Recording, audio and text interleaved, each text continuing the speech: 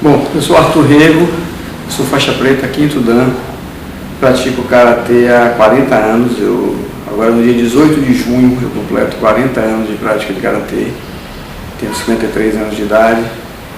E a minha história do Karatê começou com uma história de muitas crianças, adolescentes que se interessam por uma arte marcial, que querem aprender a se defender.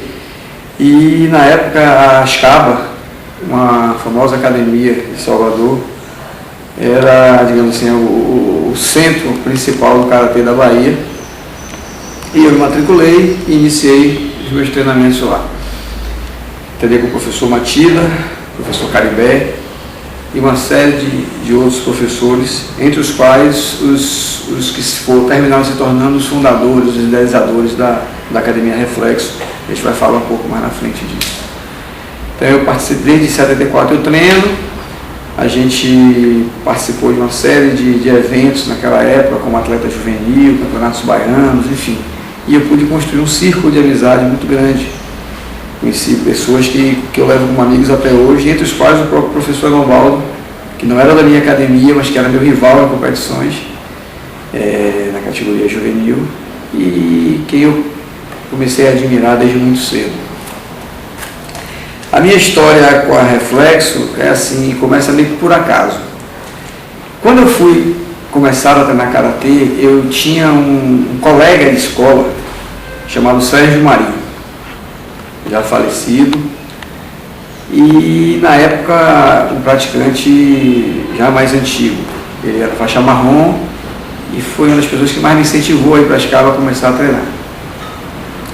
Sérgio, enfim, continuou com o Karatê, eu treinei durante muito tempo e após passar para vestibular dos primeiros anos de faculdade, eu diminuí muito a minha carga de treinamento.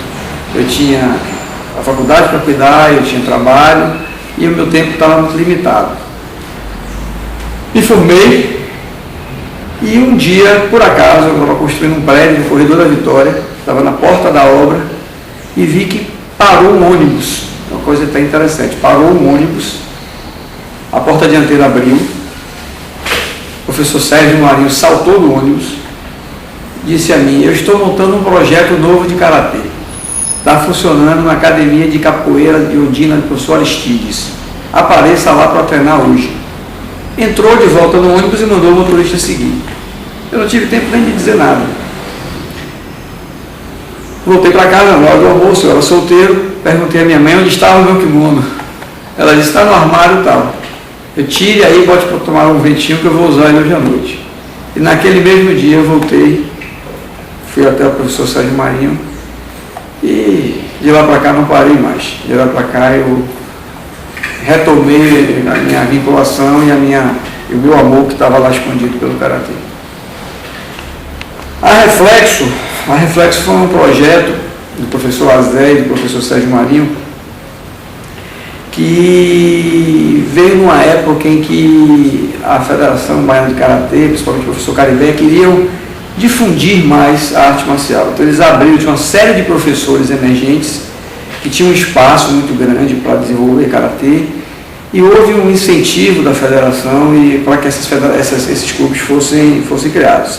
Na mesma época da Reflexo foi criada a Garra, foi criada a Esparta, foi criada, se não me engano, a Draco, enfim, uma série de clubes que foram fundados mais ou menos na mesma época com o objetivo de pulverizar, né, o Karatê, que na época era uma federação só, era um Karatê só. Sérgio aproveitou-se da relação que ele tinha com a Zé, eles sempre foram muito ligados, a Zé era mais antigo do que nós, a Zé era um professor da escala, e estava coordenando o departamento de educação física do Colégio 2 de Julho. E por conta disso abriu as portas do colégio para que a gente pudesse funcionar lá dentro da escola. Então o projeto da Reflexo, que inicialmente não tinha nem local fixo, né, na época da sua fundação, logo após ele assumiu o departamento de Karatê, vamos dizer assim, do Colégio 2 de Julho, e criou toda uma estrutura de crescimento em cima, principalmente dos alunos da escola, que se interessaram pela modalidade, e de alguns praticantes antigos, entre os quais eu me incluo. mas alguns outros, professor Márcio, pessoas que eram também das Cabas, que eram contemporâneos de Sérgio, que passaram a frequentar o 2 de julho e difundir o Karatê lá. O professor Zé começou a dividir muito o tempo dele entre a vocação religiosa e a vocação esportiva, e se afastou um pouco do dia a dia da Reflexo. E o professor Sérgio Marinho foi quem efetivamente levou a Reflexo para frente, era quem era, de fato, digamos assim, o líder do dia a dia da academia. Acontece que, por uma questão de saúde, ele precisou se afastar. Ele teve alguns problemas de saúde, se afastou provisoriamente. O professor Zé, em nome da relação que tinha, assumiu as aulas da academia com o nosso apoio, eu, o professor Marcos. E, passado algum tempo, em função também de outros projetos dele, ele optou por se desligar. E, em princípio, até pelas minhas obrigações profissionais, eu não tinha vinculação profissional com o Karatê, a tendência é que a coisa esfriasse, que o Karatê acabasse. Isso era em 1987, e naquela época eu era atleta da seleção baiana de Karatê.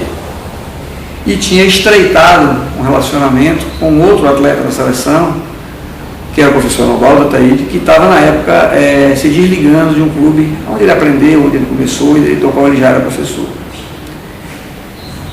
Ele, profissional de Karatê, profissional de educação física, sem local para ensinar, sem clube, e eu, um praticante de Karatê, sem relação profissional, precisando de um profissional que viesse a substituir os antigos professores da Reflexo. Fiz o convite, ele aceitou, e graças a Deus, né, a história continua até hoje. Ele desenvolveu perfeitamente o Karatê aqui, deu uma outra dimensão ao Karatê da Reflexo, trouxe com ele alguns também outros praticantes antigos vinculados a ele. Fizemos uma grande família, como toda grande família, que conviveu harmoniosamente, mas que brigou muito também. E daí em diante a Reflexo só fez crescer e se tornar cada vez mais respeitada como um clube de referência do Karatê da Bahia e do Brasil. Um clube com vinculações com o Karatê tradicional, do qual o Novaldo foi um dos precursores como atleta, foi capitão da seleção brasileira, enfim. E também um clube com ligações com o Karatê de origem japonesa, o Karatê JKA. Enfim, uma preocupação que a gente entende sempre renovada da Genovaldo e da sua equipe de trazer o que há de melhor do Karatê para seus alunos, para seus associados.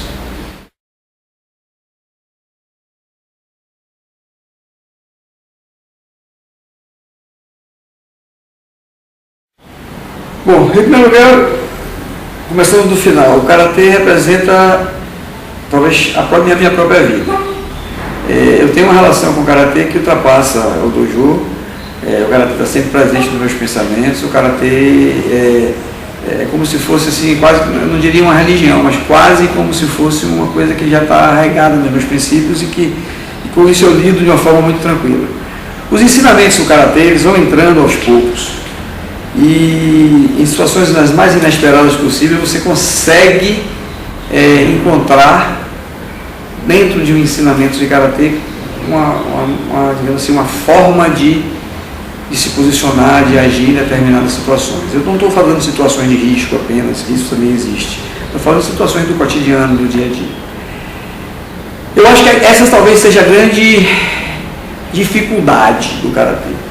Na verdade, eu já conheci muitos grandes atletas que não conseguiram levar para a sua vida pessoal o verdadeiro espírito do Karatê, os verdadeiros conceitos que o Karatê procura passar. Talvez porque o Karatê tem uma origem oriental, e o povo oriental tem um pouco é diferente de nós, né? A visão deles é um pouco diferente de tudo. A visão do mais velho, por exemplo, do senpai, que é uma coisa que nós temos a tendência a achar que o velho está ultrapassado, que o velho não presta, que o velho só é só um problema, e a gente deixar de olhar que o velho é quem nos ensinou, que nasceu primeiro, que nos deu uma linha de conduta para a vida, que a vida segue e evolui porque alguém na frente abriu portas e descobriu coisas. Mas lhe confesso que é muito difícil estar o tempo todo, o dia todo, a cada dia da sua vida, tendo essa visão. essa visão marcial, a visão do certo, a visão do respeito, a visão da fidelidade para o verdadeiro caminho da razão, a visão da contenção do seu espírito de agressão, que muitas vezes ocorre na sua família, numa discussão, que ocorre no seu trabalho, num desentendimento, numa disputa profissional, numa disputa empresarial. Mas, com certeza, é nisso que eu procuro me espelhar. Sem contar com algumas coisas assim, simples do cotidiano. Por exemplo, eu estou vivendo uma fase assim, uma fase de muita dificuldade no meu dia a dia profissional, uma fase de muitos problemas acontecendo, de muita coisa assim, que está tomando, que está sugando a minha energia. E eu estou buscando energia onde? Estou buscando energia no dojo. Eu aumentei a minha carga de treinamento, tanto a nível de volume quanto a nível de intensidade, e eu estou tentando, de alguma forma, me fortalecer para estar forte para enfrentar essas agruras do dia a dia. Então é isso aí, o karatê lhe ensina e você só sabe que aprende quando precisa.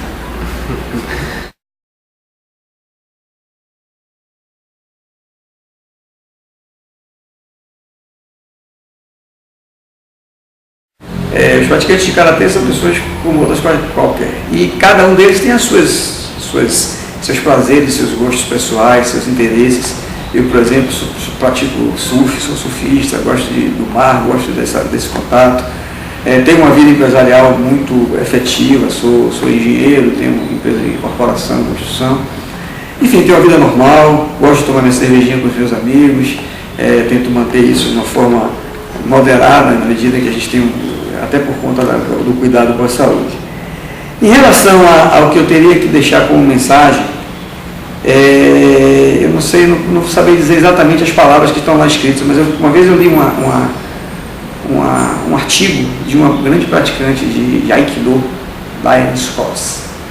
Ela falando sobre a importância do treinamento, que o treinamento é o caminho, que o dia a dia, o treinamento do dia a dia fortalece o seu corpo, ele traz dúvidas, esclarece novas coisas e traz novas dúvidas, ou seja, você consegue evoluir persistindo no treinamento. E eu tento levar isso de uma forma mais ampla para a vida, ou seja, a vida é cheia de dificuldades, de novas compreensões, de novas dúvidas, de novas descobertas. Esse é o processo da vida, e esse é o processo do treinamento de karatê. Então, se você quer evoluir como karateca, e quando eu falo em evoluir como karateca, não é ser campeão, não é ser o melhor atleta do mundo, é crescer dentro das suas limitações, é crescer dentro das suas capacidades. Treine, pratique, exercite, enfrente as suas dificuldades, enfrente as suas dúvidas, continue treinando. Esse é o caminho.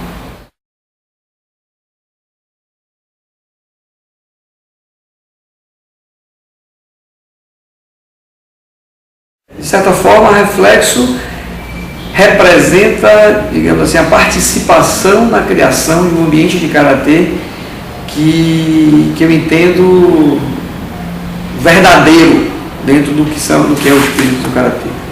E como você falou, eu fui fundador da Reflexo, eu tive a participação relevante no início, porque eu fui presidente, porque era uma ligação entre a equipe técnica e os nossos contratantes, por conta até de dificuldades de entendimento, digamos assim, por ter um pouco do lado empresarial também, de poder fazer isso. Eu tive talvez a clarividência de ter escolhido um pai para Reflexo. A gente às vezes adota uma criança, eu adotei um pai. E quando eu tive a oportunidade, junto com meus amigos da época, os praticantes da academia, mas a ideia foi minha, de convidar a Novaldo para trazer para cá, eu estava trazendo alguém para conduzir todo esse processo. Então, eu acho que talvez assim, por um lado, me sinto também criador do que está aqui, e por outro lado, me sinto feliz, porque talvez a Novaldo se lembre disso. Quando a gente começou o trabalho, eu disse a ele: eu queria que você fosse para lá, mas a academia vai ser sua.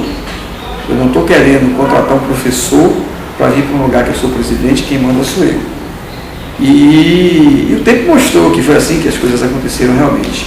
No início, a gente tinha pessoas de origens de origem diferente, de clubes diferentes, de formação diferente, e a gente conseguia crescer em meio que entre tapas e beijos, né? Porque às vezes havia aquelas divergências que eram de origem, não eram daquele trabalho. Mas a gente só fez crescer, crescer, crescer. Então, a Reflexo, eu tenho essa relação de absoluta identidade, com o clube que eu ajudei a fundar, que eu ajudei a estruturar, e um desejo mais absurdo ainda de que cresça, que se desenvolva, porque o karatê que se pratica na Reflexo, e aí eu posso dizer com a experiência de 40 anos de karatê, com a experiência de conhecer praticamente todos os grandes mestres internacionais que já vieram no Brasil, que eu tive a oportunidade de conhecer fora do Brasil. E o karatê daqui não deixa a desejar a nenhum karatê do mundo, em termos de qualidade, de competência de professor no aula, de permanente atualização das coisas. Enfim, a minha relação com a Reflexo é essa, a relação de absoluta identidade, posso dizer assim.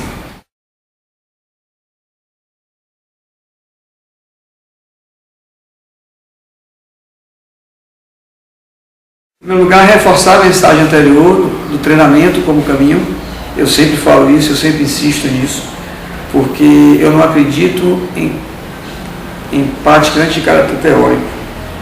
Eu acredito que tudo que se consegue na vida se consegue com esforço, com dedicação. E karatê não é diferente disso. E esse esforço, essa dedicação tem que ser constante. A compreensão de que a Reflexo é uma família, mas é também um ambiente de desenvolvimento de um trabalho profissional.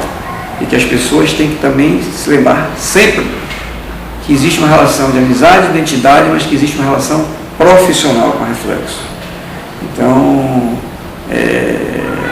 a Reflexo oferece e a Reflexo tem que ter a sua compensação por isso. Essa é uma mensagem talvez um pouco assim, pragmática, um pouco assim, comercial, mas é uma coisa que as pessoas não podem esquecer. Não podem esquecer nunca.